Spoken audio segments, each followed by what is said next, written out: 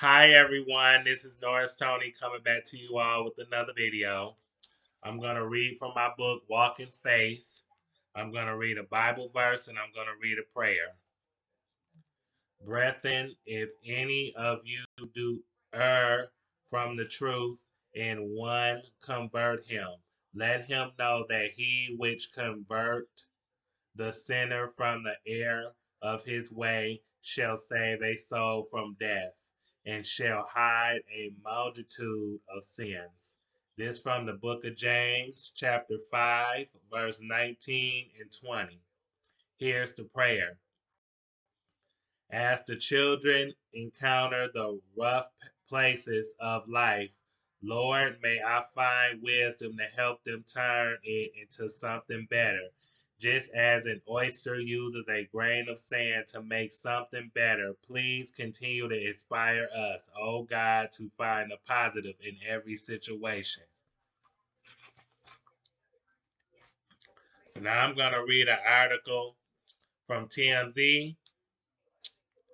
I'm just going to get right to it. Tory Lanez trial.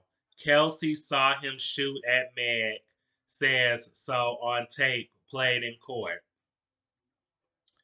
Update, and this was Friday.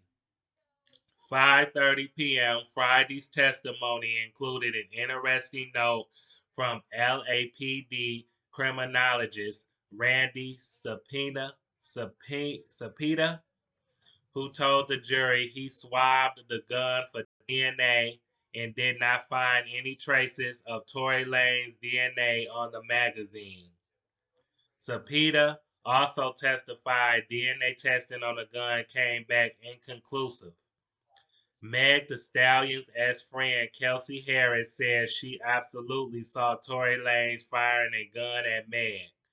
That's what she told police back in September, and today the jury heard that whole exchange. As you know, Kelsey has been hesitant to say the least, to give up many details while testifying this week. But on Friday, prosecutors played audio of the entire interview she did with the cops earlier this year when she spilled every detail from that July 2020 night. Kelsey says while they were in the SUV at Jenner's house, she and Tory first got into an argument when he made fun of Meg. When Kelsey came to her friend's defense, she claims Tory said, "My end, I'm gonna shoot you." Kelsey says Tory reached toward the center console, but didn't do anything more than that. However, the vehicle was pulled over at that point. Then she says Meg and Tory started insulting each other's careers. And things got so heated, both Meg and Kelsey got out of the SUV. Immediately, Kelsey says she started hearing gunshots.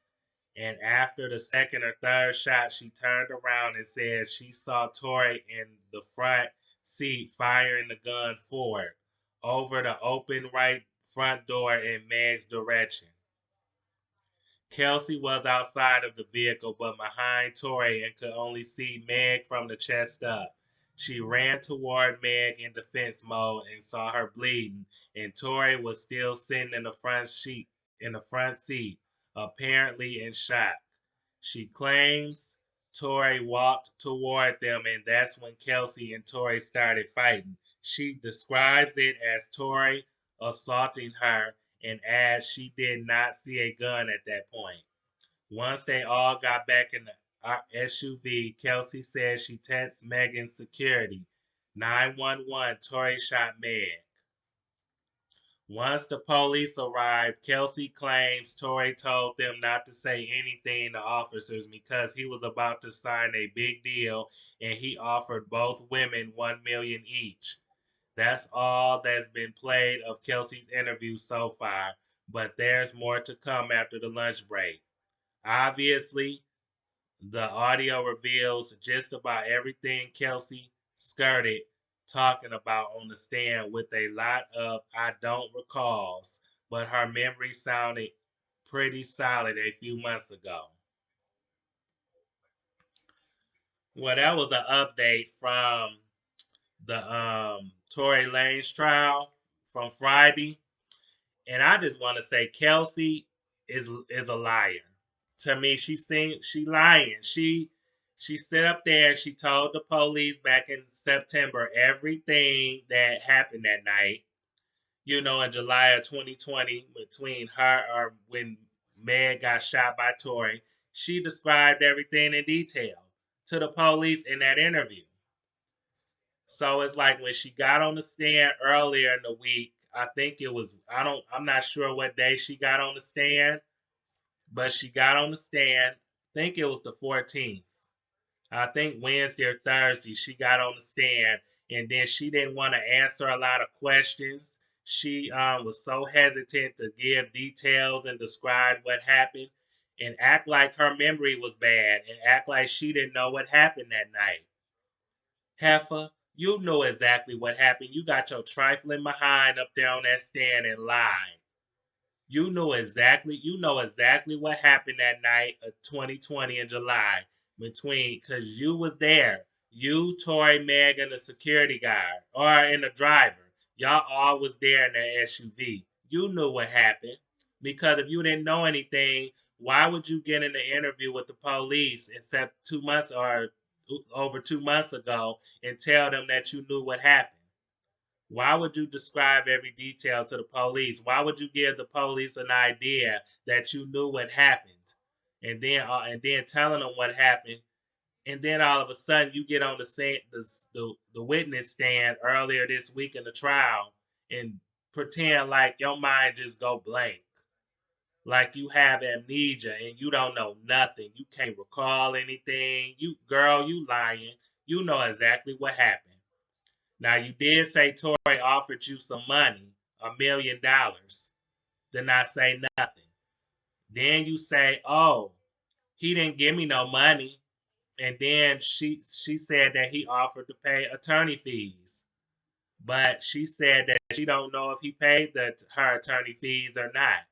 So and then we find out that the prosecutor that's prosecuting the case offered Kelsey immunity if she get on the stand. But the DA thought that Kelsey was gonna get on that stand and tell the truth, and be honest about everything that she told the police in that interview.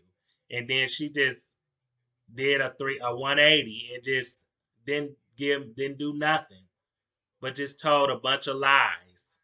See, that girl need to be arrested for perjury. She perjured herself. She purged herself on that stand. She messed herself up. She made herself look bad. So I don't know why they're not going after her. They need to go after Kelsey. They know that she is lying. There's so many holes in her story. She was the main witness. She knew exactly what happened. She knew what happened, and all of a sudden she get up in the courtroom and just act like nothing happened, nothing exists. So, like I said, they need to arrest her for perjury because she knows exactly what happened. She does. She just holding back. I just think they probably she think because she got immunity that she can't be arrested for perjury, but she can. I believe she can get arrested for that. So, like I said, Meg, if I was Megan, and if you thought in your mind that there was any chance of you and Kelsey possibly rekindling your friendship and being friends again after this, nah, that's gone. That friendship is gone for good. It's gone to the wayside. I would forget about Kelsey, kick her butt to the curb like the trash that she is, because she's trash. How you gonna sit up there and then say you defended your friend? You tried to come to her aid. You tried to have her back the night that she was shot to the police in September. But then when you get on the witness stand, you don't tell everything, or you don't tell nothing too much. You don't stick to your story. You should have stuck to your story, girl. You said that you're not scared of Tory, but you helping him by lying. That's what you're doing. Because Tory said that he didn't shoot Meg. Tory said that when he testified. So if yeah, because he said that Kelsey didn't do it. Kelsey said she didn't do it. Meg says she didn't do it. So if she didn't do it, Kelsey didn't do it, the driver didn't do it, and Megan, she didn't shoot herself.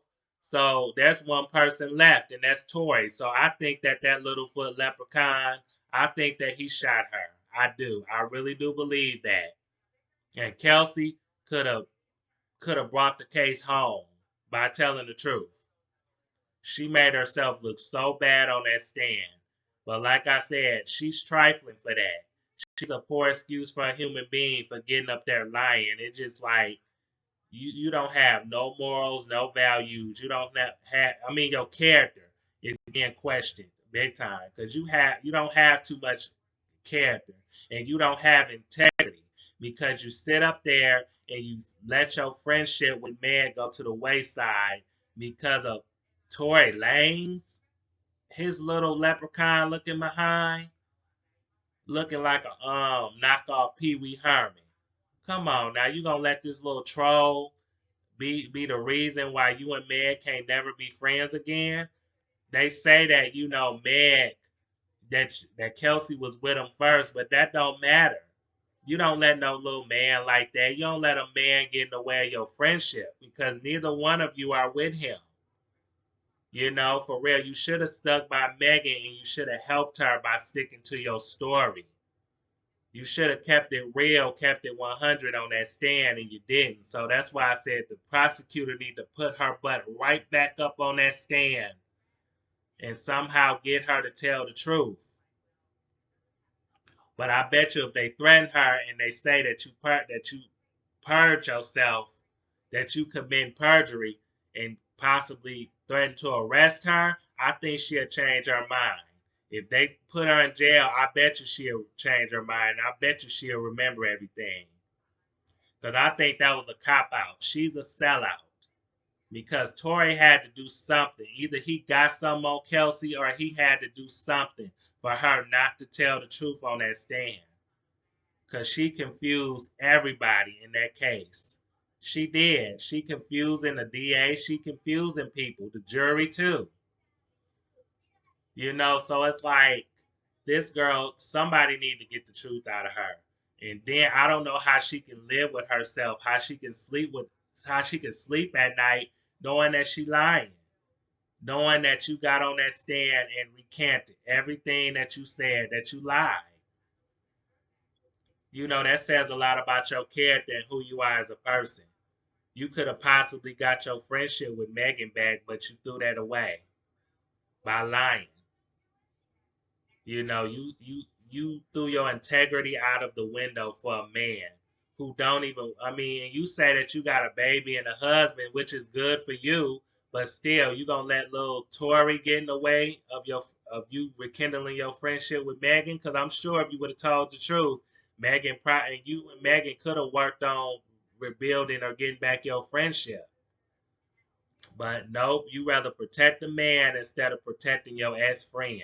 A man who don't care about you, who didn't respect you, used you until he used you up.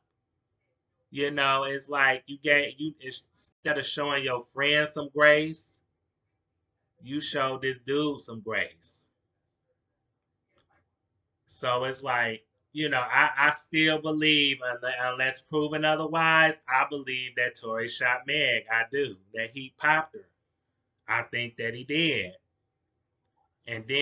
But him bringing his son to the courtroom earlier in the week, the first day of the trial, to me was a disgrace. Why would you bring your child to the trial? Let him hear all this stuff about you.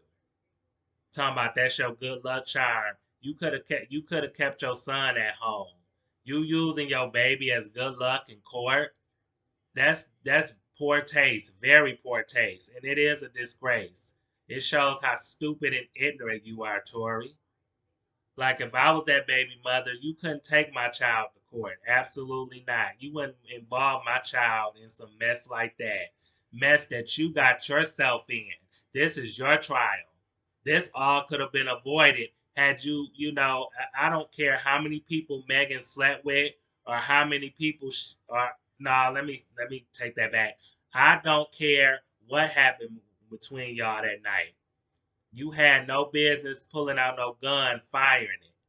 You know what I'm saying? Whatever argument, ain't no argument that big or that serious for you to do that. You had no business firing that gun. If you did that, fired that gun, you definitely wrong. And you messed up your chance at freedom by doing that. If it's proven that you didn't do it and you walk, okay, learn a lesson from that night. Learn a lesson from this experience. Don't get yourself involved in this again. But yeah, you shouldn't have brought your son to court. You shouldn't have. That was a bad move. And it's other people online criticizing Megan, talking about, oh, she slept with this person, she slept with that person. It don't matter how many people Megan slept with. They ain't got nothing to do with this case. And she definitely did not deserve to get shot. She did not deserve what happened to her at all. It like people's body count don't matter in cases like this. That don't matter. She did not deserve to get hurt, and I don't care what nobody says. If anybody think that she did, then there's something wrong with them. Something is wrong with you if you thought that this young woman deserved to get hurt. She didn't. She didn't. And if Tory, you know, her and Tory couldn't get along or they had problems, which they did, they should have just parted ways. Tory should have just left Kelsey and Megan. When they got out that SUV, he should have went on by his business and let them figure out a way home. Or they could have been like, you know what, just go. We not getting back in that SUV. Going on about your business and we going on about our business. And that could have been it. But this is crazy. That gun shouldn't have never been fired. Never, nobody shouldn't have got shot. Nobody. That's like immaturity to sit up there and be in your let your ego get to you like that, be in your feelings like that you gotta pop a gun out, start shooting. You don't do that. You could have did more damage to Megan than you already did. So yeah, hopefully this case wraps up soon. We hopefully we will know the truth and we'll know who popped Megan. And whoever did it deserves to suffer the consequences. They deserve to be prosecuted to the full to the they deserve to be prosecuted and thrown behind bars. But yeah, I'm gonna try to keep up with this case, but I just thought I'd bring up an update. So I hope you all like, comment, subscribe, share the video if you like. Thanks for watching the video. Y'all enjoy the rest of your weekend. Like, comment, subscribe. Enjoy the rest of your weekend. Peace.